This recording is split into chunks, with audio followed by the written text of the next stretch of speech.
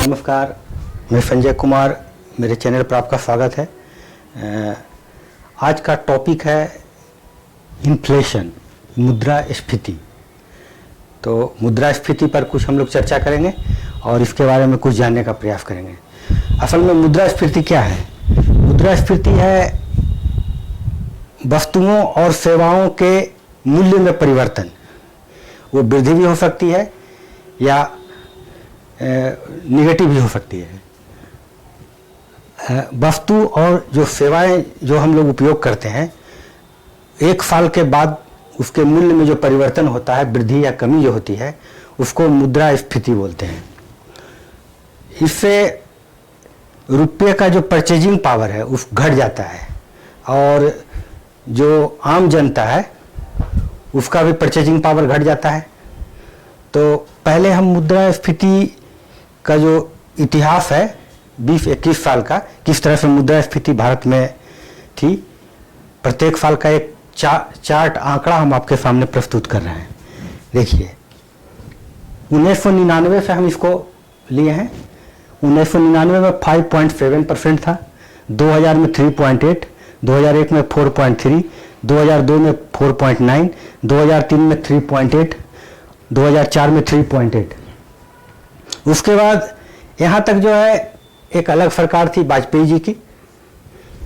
उसके बाद जो है 2004 से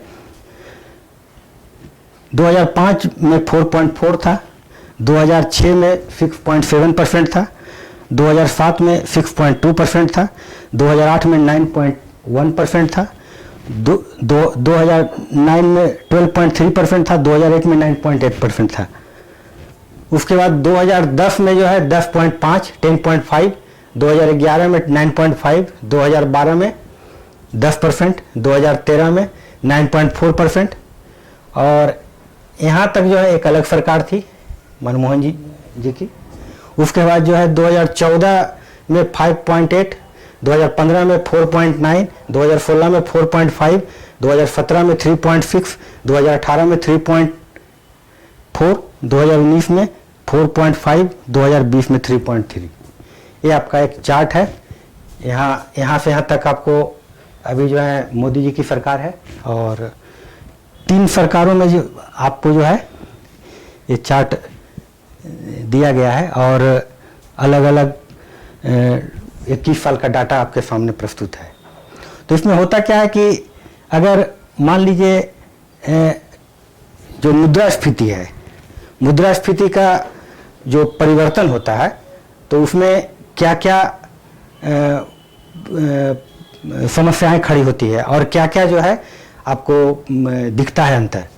जैसे पहला तो आपको बताया कि वस्तु और सेवा के मूल्य में वृद्धि हो गया और दूसरा है कि रुपया का क्रय शक्ति घट गया। तो इसका असर क्या पड़ता है? देखिए इसका असर जो है मुख्यतः दो जगह आपको हम पहले दिखा रहे हैं। मान लीजिए कोई आदमी बैंक में पैसा जमा किए हुए हैं और बैंक में एक साल का जो रेट ऑफ इंटरेस्ट है मान लीजिए 8.5% है।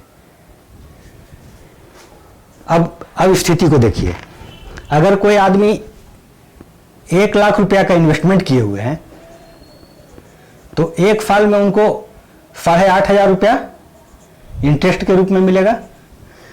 अगर वो आदमी जहां पर आपका 5% अगर इन्फ्लेशन है, वहाँ 5.7 अगर है तो यहाँ आपको 5.7 यानी कि 5700 रुपया जो है आपका इन्फ्लेशन में चला गया, उतना महंगाई दर हो गया। तो आपके हाथ में पैसा आया, ये आपका हो गया 12,008 और 2,2800 रुपया आपके हाथ में आया। उसी तरह से मान लीजिए अगर जिस साल 10% का इन्फ्लेशन रेट जो है 10% है, 10% का इन्फ्लेशन है, तो 10% में आपका इंटरेस्ट तो आया 8,500 रुपया, लेकिन आपका जो रुपया का डिवेल्युएशन हो गया, रुपया का जो वैल्यू घट गया या परचेजिंग पावर जो घट गया आपका, तो आपका 10,000 का घट गया, 10,000 का परचेजिंग पावर घट गया। तो उस साल जो है आप माइनस 1,500 रुपया आपका माइनस हो गया। तो ये आपका बैंक का जो रेट ऑफ इंटरेस्ट है उसमें आपको अंतर पड़ा। उसी तरह से जो लोग सरकारी सर्विस कर रहे हैं तो उनका भी इसी तरह से अंतर पड़ेगा। मान लीजिए कि जिस साल कम इन्फ्लेशन हुआ, अगर उनका 1 लाख रुपया कोई वस्तु सेवा में खर्च कर रहे हैं तो अगर 10% आपका इन्फ्लेशन होगा तो आपका 1,10,000 रुपया उतना ही सामान खरीदने और सेवा खरीदने में लग जाएगा। लेकिन अगर 5% होगा तो 5% बढ़ेगा। जो जितना भी डेवलप कंट्री है वहाँ का जो इन्फ्लेशन रेट है 1% के आसपास है, या तो 0.5 है, 0.3 है, 1 है, 1.2 है। और जो भी डेवलपिंग कंट्री है, विकसित देश, विकासशील देश है, वहाँ पर जो आपका इन्फ्लेशन का रेट है ज़्यादा है। बहुत सा कंट्री में तो बहुत ज़्यादा है। उसका कुछ देशों का जो मुद्रास्फीति है उसको इस चार्ट में दर्शाया गया है जो 2020 का आंकड़ा है। देखिए ऑस्ट्रेलिया जो है उसमें 1.4% है, ऑस्ट्रिया जो यूरोपियन कंट्री है उसमें 0.4% है, बांग्लादेश में 5.5% है, आपको कनाडा में 0.6 है, चाइना में 3% है, डेनमार्क में 0.7% है, फ्रांस और जर्मनी में 0.3% है, हांगकांग में 2% है, भारत में 3.3% था। उसके बाद जो है आपको जापान में 0.2%, मलेशिया में 0.1%, रशिया में 3.1%, यूके में 1.2%, यूएस में 0.6%, श्रीलंका में 4.7%। कुछ जगह पर जो है निगेटिव में है, जैसे देखिए इजराइल में -1.9% और सिंगापुर में -0.2%, यानी प्लस में नहीं होकर के माइनस में है। कुछ जगह 10% से बहुत ज़्यादा है, जैसे देखिए ईरान में 34.2% है, पाकिस्तान में 11.1% है, जिम्बाब्वे जो है वहाँ 319% है, 319% है, जो कि इसको हाइपर इन्फ्लेशन कह सकते हैं। आपको सूडान में 81.3 है, टर्की में 12% है। जिम्बाब्वे के बारे में कहा जाता है कि 2008 से ही यहाँ प्रॉब्लम खड़ा हुआ वहाँ की सरकार की गलत नीतियों के कारण, और उस कारण से जो है यहाँ 2008 में लोग झोला में भर करके पैसा ले जाते थे और ब्रेड दूध लाते थे। अभी इसका स्थिति बहुत खराब है, भुखमरी के कगार पर वहाँ करोड़ों लोग हैं। जिम्बाब्वे जो है एक आपको अफ्रीकन कंट्री है, आप इसे देख लीजिए, एक अफ्रीकन कंट्री है जो कि दक्षिणी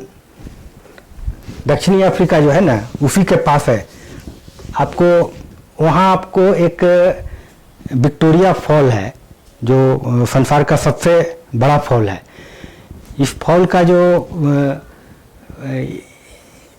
ये जो पार्ट है इसकी जो लंबाई है 1708 मीटर है, और इसकी ऊंचाई जो जितना ऊंचाई से गिर रही है 108 मीटर की ऊंचाई से गिर रही है।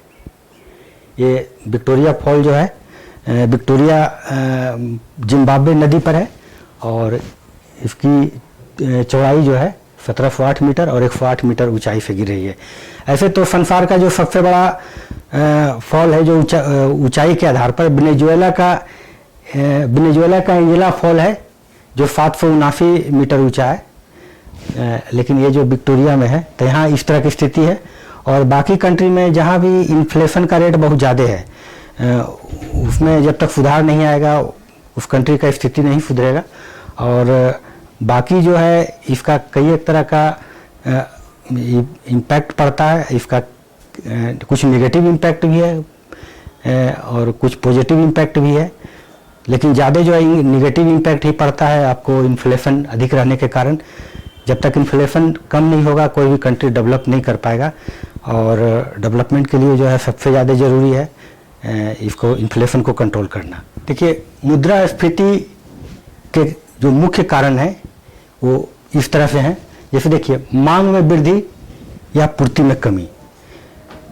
किसी भी चीज़ का अगर डिमांड अधिक होता है और उसकी पूर्ति कम होती है तो अपने आप उसके मूल्य में वृद्धि हो जाती है। हम लोग देखते हैं कि जैसे उदाहरण के रूप में सब्जी के समय में जब सब्जी की मांग अधिक होती है और उसकी पूर्ति कम होती है तो कभी कभी 100 रुपये केजी भी चला जाता है, और पूर्ति में वृद्धि के बाद जो है उसका रेट 10 रुपया भी आ जाता है। तो मुख्य कारण ये भी है मांग में वृद्धि और पूर्ति की कमी। दूसरा कारण है सरकारी खर्चों में वृद्धि।